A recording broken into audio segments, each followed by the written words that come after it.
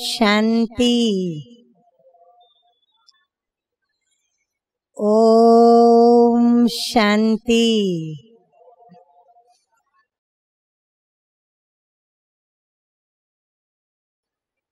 आप सभी ने गीत सुना और गीत के बोलों पर यदि या शब्दों पर यदि आपने ध्यान दिया अर्थात उसके अर्थ और भाव को महसूस किया तो आपको अपने अंदर रोम रोम में एक हिम्मत, एक अजीब शक्ति, जीवन जीने का उत्साह और जीवन के अंदर उमंग से हर परिस्थिति का सामना करते हुए आगे बढ़ना, ये गीत हमें समझा रहा था। और इस सारे गीत के अंदर यह एक बात बहुत कॉमन थी और वह ये थी कि प्रभु को हम सभी दुख में याद करते हैं।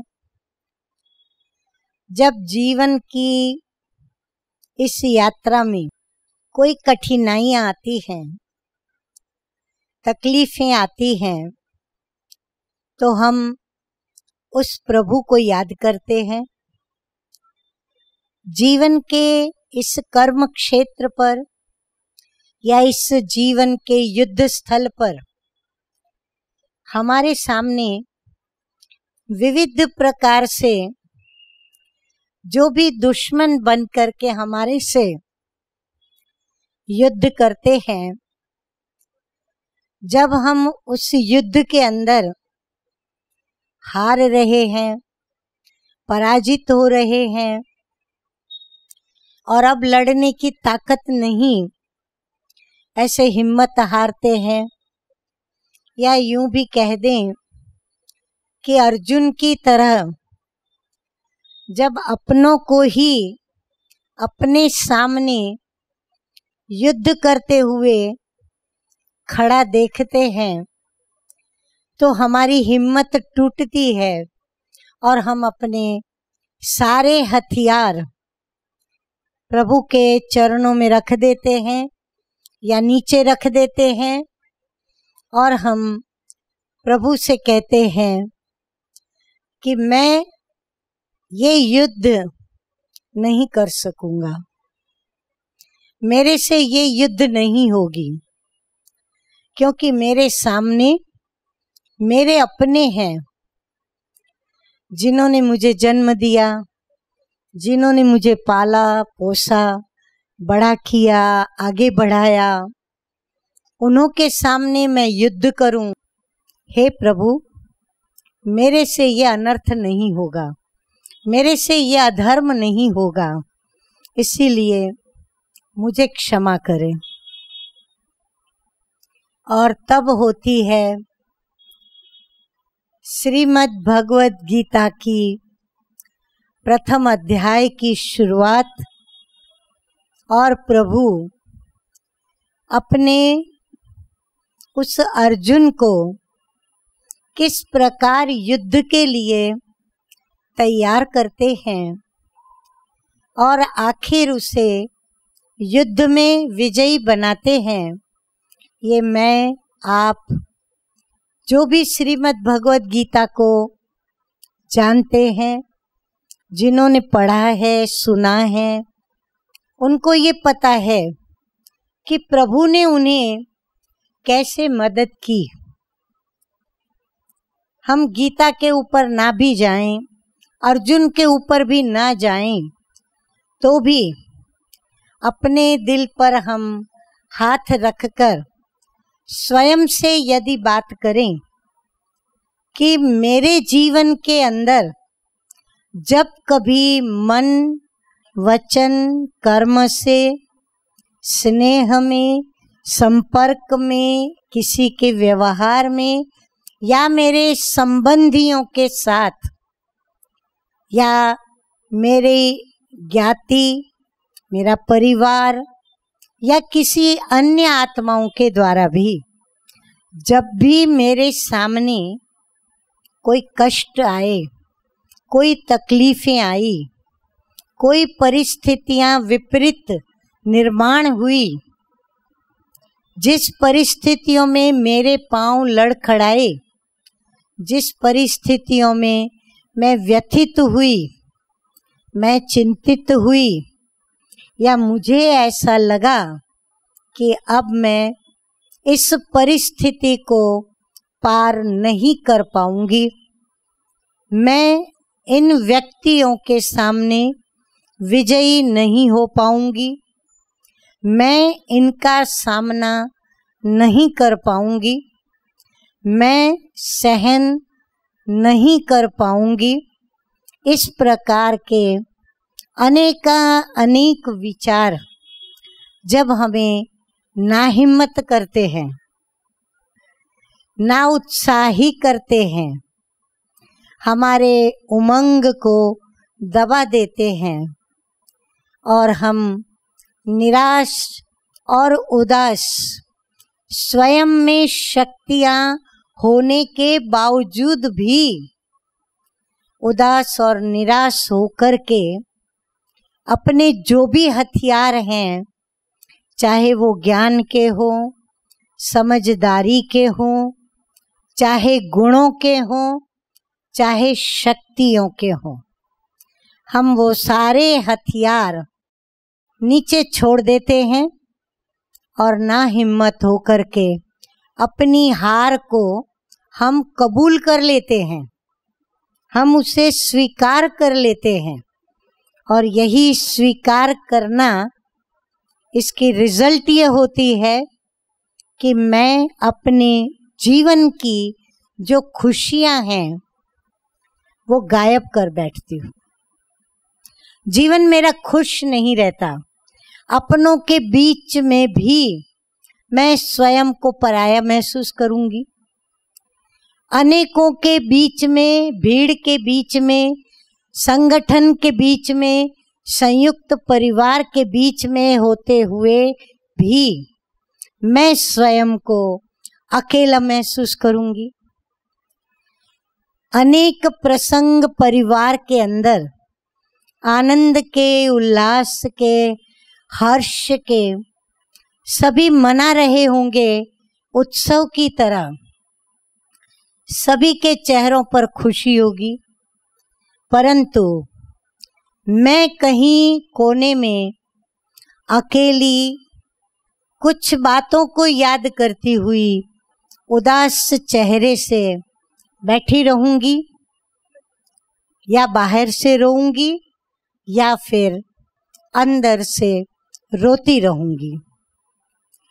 अब प्रश्न ये उठता है कि क्या मैंने ऐसा जीवन के अंदर अनुभव कभी भी किया है, कम परसेंटेज में या ज़्यादा परसेंटेज में या बहुत परसेंटेज में, या फिर बार बार मैंने कम ज़्यादा प्रतिशत मैंने ये अनुभव अपने जीवन में किया है कि बार बार मैं अपनी परिस्थितियों में संबंधियों के साथ, स्नेहियों के साथ संपर्क में, व्यवहार में लड़ती हूँ, झगड़ती हूँ, सहन भी करती हूँ, बिना लड़े झगड़े सामना भी करती हूँ, चुप रह करके, सहन करके, परंतु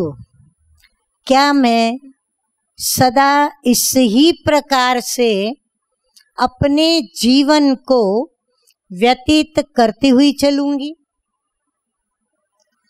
क्या मैं इसी प्रकार रोता हुआ रहूंगा, रोती हुई रहूंगी? क्योंकि जीवन के अंदर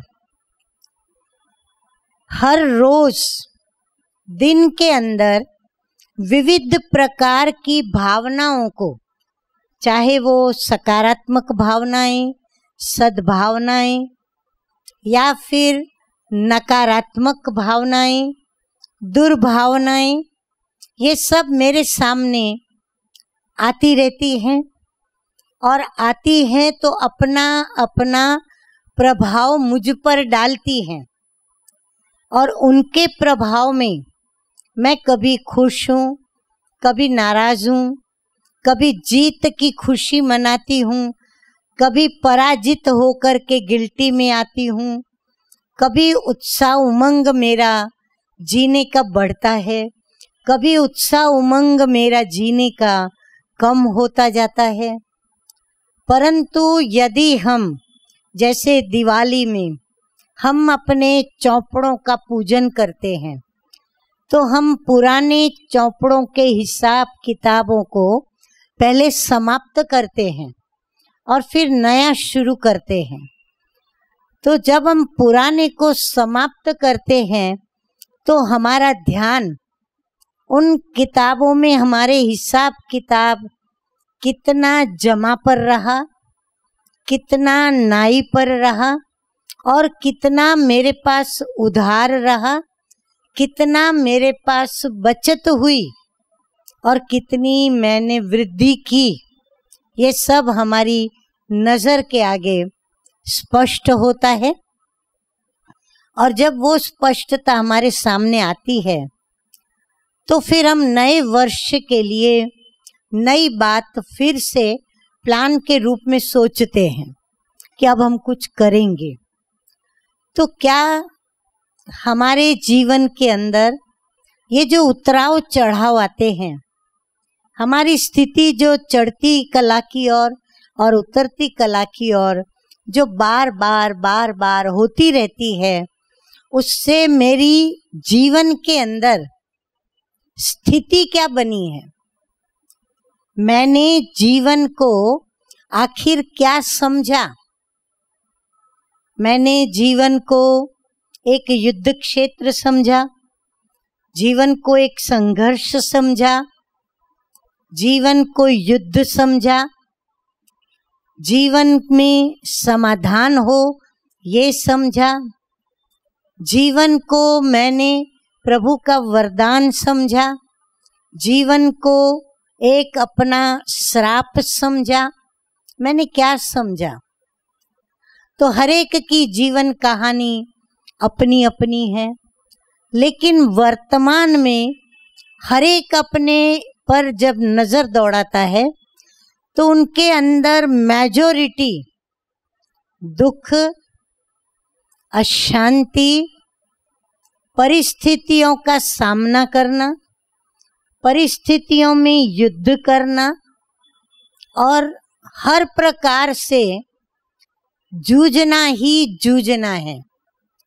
परिस्थितियों में हमें समझौता करते ही रहना पड़ता है, करते ही रहना पड़ता है, करते ही रहना पड़ता है। यदि मेरी भी वर्तमान ऐसी ही स्थिति चल रही है कि कभी हम खुशी में हैं, कभी गम में हैं, कभी आशाओं में उड़ रहे हैं, कभी निराशाओं में हम नीचे गिर रहे हैं, तो फिर मुझे अपने जीवन के लिए कोई एक ठोस निर्णय ऐसा लेना होगा और एक ऐसा ठोस कदम दृढ़ता के साथ सोचों में पहले उठाना होगा और मुझे ये सोचना होगा कि क्या मैं अपनी परिस्थिति को बदलना चाहती हूँ या चाहता हूँ। क्या मैं ऐसे संघर्षमय जीवन से बाहर आना चाहती हूँ, बाहर निकलना चाहती हूँ।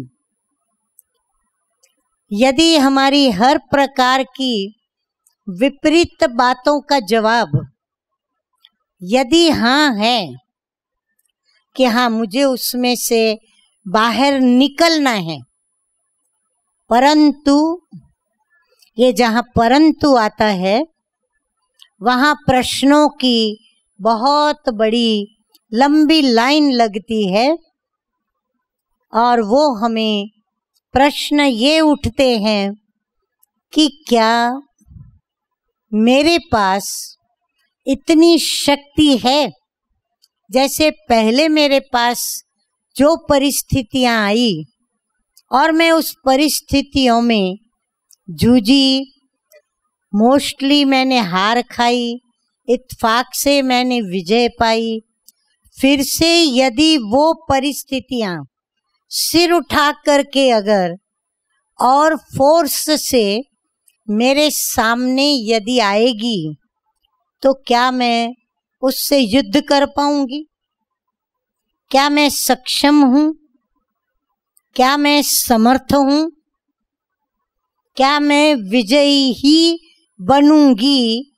ऐसा मुझे अपने में आत्मविश्वास है। किसी भी बात पर विजय पाने से पूर्व हमें यह जान लेना अति आवश्यक है कि मैं युद्ध करने वाली कौन, मेरी युद्ध किसके सामने है, मेरे सामने कौन है युद्ध करने वाला, उसकी युद्ध की क्षमता विशेषताएं कितनी है, मेरे अंदर अपनी विशेषताएं और क्षमताएं और शक्तियां कितनी हैं, उसके साथ कौन है, मेरे साथ कौन है, और उसने युद्ध की जो नीति रीति और विधि अपनाई है या बनाई है या अचानक वो जो बनाते हैं, तो उस अचानक की नीति रीति और विधि के जो भी दाव पेच वो मेरे साथ खेलते हैं, क्या मैं उन दाव पेचों का जवाब दे सकती हूँ? तो उसके लिए मुझे पहले ज्ञान चाहिए, मैं उसको पहले जान लूं। कोई भी वस्तु को समझने के लिए या किसी भी लक्ष्य पर पहुंचने के लिए, किसी भी संबंध को जोड़ने के लिए, किसी से भी कुछ प्राप्त करने के लिए हमें उस व्यक्ति को, विषय को, परिस्थिति को जानना अति आवश्यक होता है। पहले हम जानते हैं, जानकारी लेते हैं। जानकारी जो होती है वो है ज्ञान, वो बौद्धिक स्तर पर होती है। हर चीज का हमें ज्ञान लेना पड़ता है, छोटी छोटी बातों का। आप यहाँ आते हैं, आपको पहले ये जानकारी लेनी पड़ती है कि आप जहाँ प्रवचन सुनने जाएंगे वो स्थान कहाँ है, कितने बजे वहाँ कार्यक्रम है, आज का वहाँ विषय क्या होगा, मैं वहाँ जा कर के जो सुनूंगी तो मेरा लक्ष्य क्या है, मैं क्यों जाऊंगी, क्यों जाती हूँ, क्या उठाऊंगी वहाँ से। मुझे अपने पास ये सभी जानकारी रखनी पड़ती है। उसके जवाब में हम यदि शॉर्ट में कहें तो मुझे आध्यात्मिक प्रवचन, धार्मिक प्रवचन सुनना अच्छा लगता है।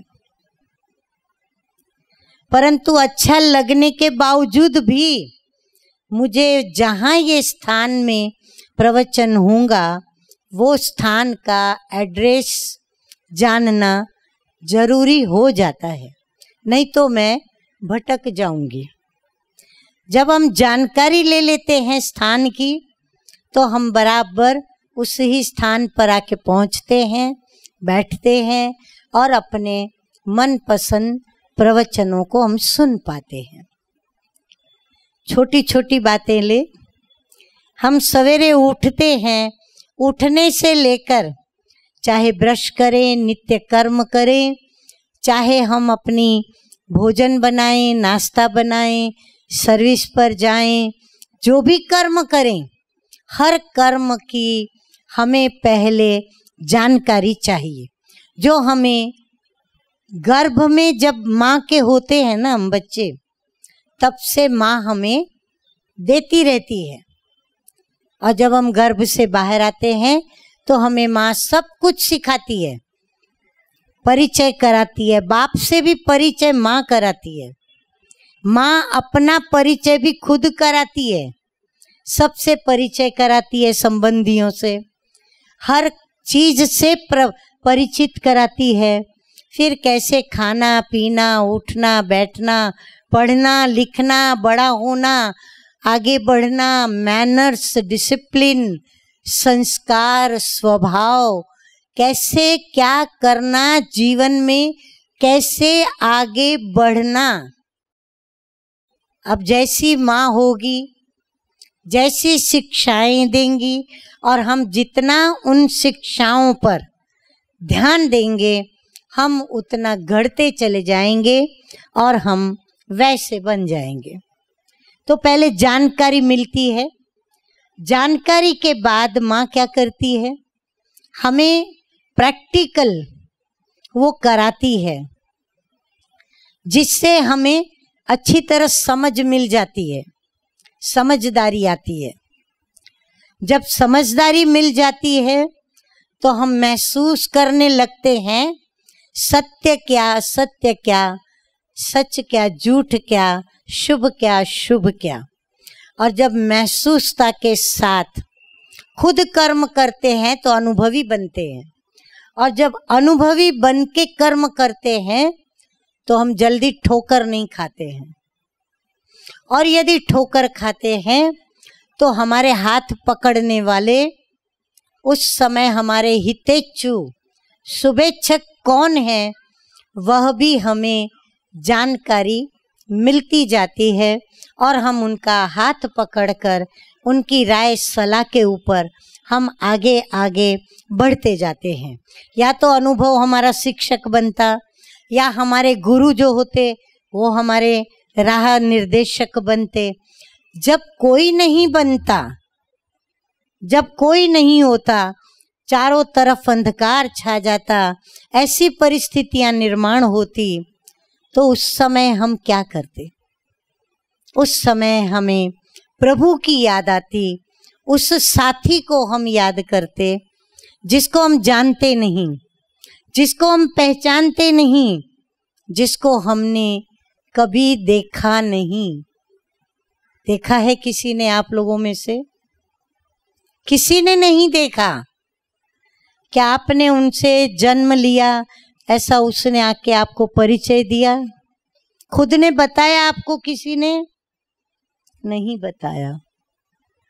तो ऐसा प्रभु जो अदृश्य है और अदृश्य रूप में अजनबी है, जिसको देखा नहीं, जाना नहीं, लेकिन विश्वास देखो उसके ऊपर कितना है कि जब मुझे कोई मदद नहीं करेगा तो वो ऊपर वाला मुझे जरूर मदद करेगा, क्योंकि मैंने उनके बारे में सुन के रखा है कि जो सच बोलते हैं, सच कर्म करते हैं, सच इरादे वाले होते हैं, उनको वो अवश्य मदद करता है। तो जो स्वयं को मदद करता उसको प्रभु मदद करता है, पर जो खुद को मदद नहीं करता उसको खुदा भी मदद नहीं करता।